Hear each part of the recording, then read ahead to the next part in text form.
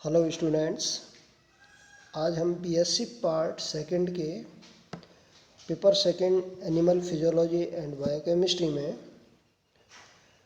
Digestion in stomach आमाशय में पाचन इस टॉपिक की चर्चा करेंगे। तो यहाँ पर जो है जैसे आमाशय में जो पाचन है वो मनुष्य के आमाशय के पाचन का विवरण दिया गया है या मनुष्य के आमाशय में किस प्रकार से पाचन होता है उसका डिस्कस करेंगे। तो सबसे पहले जैसे जो पाचन की जो शुरुआत है वो मुख गुहा से होती है और मुख गुहा के अंदर क्या है कि जैसे एक एंजाइम होता है जिसका नाम होता है सलाइवरी एमाइलेज, और वो सलाइवरी एमाइलेज जो होता है जिसको टाइलिन भी कहते हैं, वो क्या करता है कि स्टार्च या पॉलीसेकेराइड है उसको डाइसेकेराइड में कन्वर्ट कर देता है। और ये जो पाचन है इस पाचन के पश्चात जो और भी जैसे पाचन होगा बक्कल कैविटी में, उसके बाद जो भोजन है वो धीरे धीरे अर्ध ठोस अवस्था में आ जाता है। और इस अर्ध ठोस अवस्था को जो भोजन की होती है उसको क्या बोलस के नाम से जाना जाता है। और ये जो बोलस होता है ये ग्रास नाल से होता हुआ कहाँ पर पहुँच जाता है, अमाशय में पहुँच जाता है। अब अमाशय जो है उसमें जो भोजन का जो प्रोटीन अवयव है उसका क्या मुख्य रूप से पाचन होता है। और इस पाचन के लिए जो अमाशय की जो दीवार होती है, जो भित्ति होती है, उस पर क्या जठर ग्रंथियाँ पाई जाती हैं। और इन जठर ग्रंथियों के द्वारा जठर रस का श्रावण होता है और उस जठर रस में डिफरेंट डाइजेस्टिव एंजाइम्स होते हैं जिनके द्वारा जो प्रोटीन्स है उसका क्या मुख्यतः पाचन होता है। तो जो गैस्ट्रिक ग्लैंड्स हैं, जो जठर ग्रंथियां हैं, उनका आमाशय के किस सतह पर वितरण है उसके आधार पर ये तीन प्रकार की होती हैं। एक होती हैं कार्डिक ग्लैंड्स, दूसरी होती हैं फंडिंग ग्लैंड्स, और तीसरी जो होती हैं वो पाइलोरिक ग्लैंड्स। तो कार्डिक जो ग्लैंड्स हैं वो सीधा सा नाम से पता लग रहा है कि जो आमाशय का जो कार्डिक भाग होगा उसकी श्लेष्मा में स्थित होती हैं।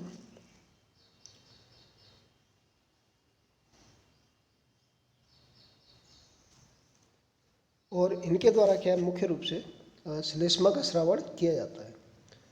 दूसरी जो फंडिक ग्लैंड है वो आमाशय का जो मुख्य भाग है जिसको फंडस कहते हैं उस भाग में उपस्थित रहती हैं।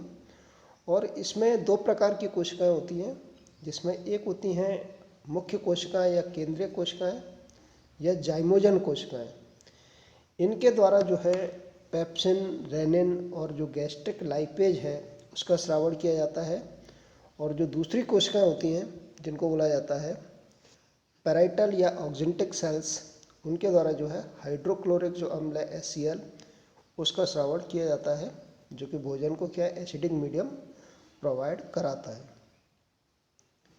तीसरी जो है पाइलोरिक ग्लैंड्स, ये पाइलोरिक भाग में होती हैं और इनके द्वारा भी पेप्सिन एंजाइम और श्लेष्मा उसका क्या श्रावण किया जाता है। तो नेक्स्ट जैसे इसमें अपन डायग्राम में देख सकते हैं कि स्टोमक के कौन कौन से पार्ट्स हैं, जैसे फंडस, कार्डियक, पाइलोरिक जो पार्ट है उसमें अपन इनको आइडेंटिफाई कर सकते हैं, देख सकते हैं। इसके बाद नेक्स्ट जो बात की जाए कि जठर रस में कौन से एंजाइम उपस्थित होते हैं और उनके क्या कार्य होते हैं। तो जठर रस में कई एंजाइम्स उपस्थित होते हैं, जैसे एक जो है पेप्सिन, और ये जो पेप्सिन जो है ये पेप्सिनोजन के रूप में क्या है निष्क्रिय अवस्था में क्या होता है जठर रस में पाया जाता है। और फिर इसको HCl की उपस्थिति में क्या है क्रियाशील पेप्सिन में बदला जाता है। ये एंजाइम जो है प्रोटीन को प्रोटियोजेज और पेप्टॉन्स में क्या अपघटित कर देता है। दूसरे एंजाइम की बात करें रेनिन, जो रेनिन एंजाइम है इसको जो है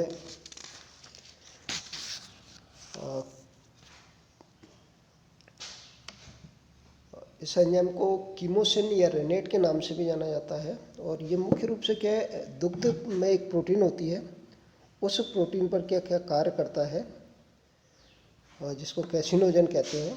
और ये एंजाइम भी जो है वो प्रोरेनिन के रूप में अक्रिय अवस्था में स्रावित होता है, जिसको HCl की उपस्थिति में क्रियाशील रेनिन में बदला जाता है।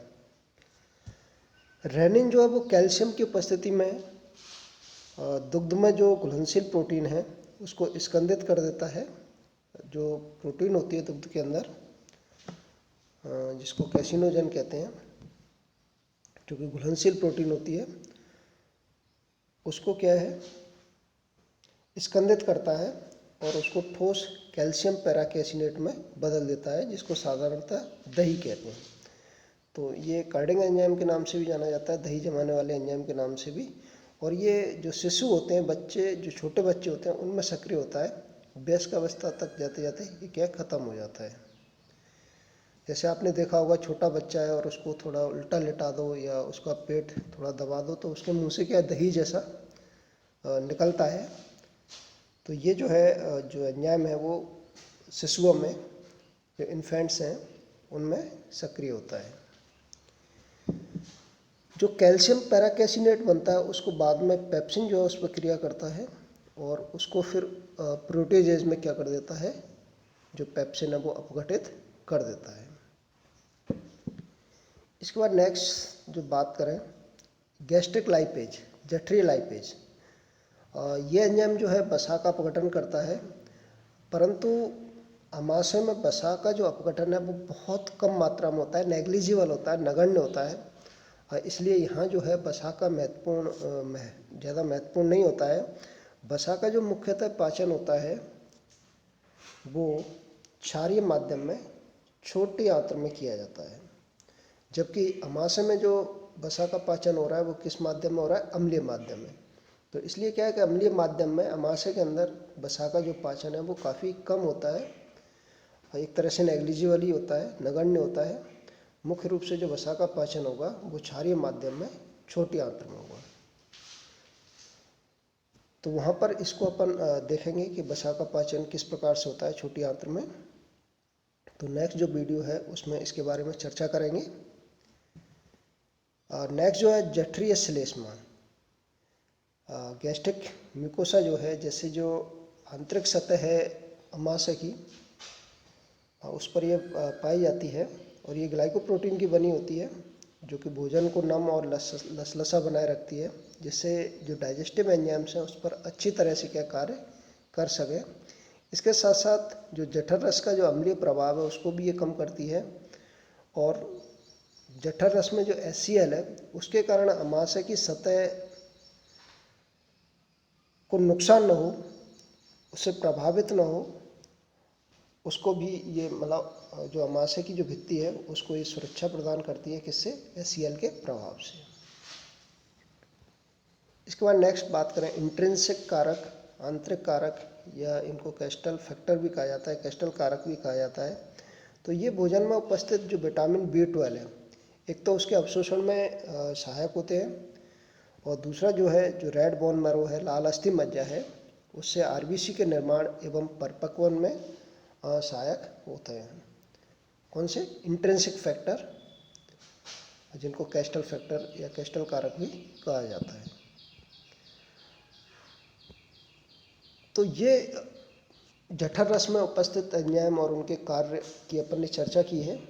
इसके साथ साथ एक जठर रस में हाइड्रोक्लोरिक अम्ल पाया जाता है, जो कि अभी अपन ने बात की थी कि कौन सी कोशिकाओं के द्वारा स्रावित होता है, जो कि पैराइटल या ऑक्जेंटिक सेल्स जो हैं, किसकी, फंडिक ग्लैंड्स की, उनके द्वारा सीक्रेट होता है। तो इसका भी काफ़ी इम्पोर्टेंट रोल है। तो यहाँ अपन इसके जो कार्य हैं हाइड्रोक्लोरिक अम्ल के, उनको डिस्कस करेंगे।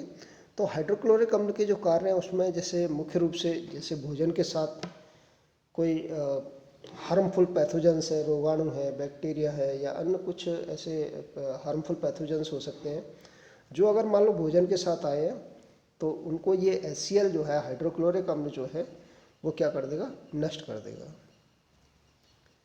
जैसे नेक्स्ट जो बात करें कि जैसे अपन ने पहले भी देखा कि जठर रस में जो एंजाइम्स हैं जैसे पेप्सिन है, रेनिन है, ये क्या अक्रियाशील रूप में क्या जो सीक्रेट होते हैं, जैसे पेप्सिनोजन है, प्रोरेनिन है।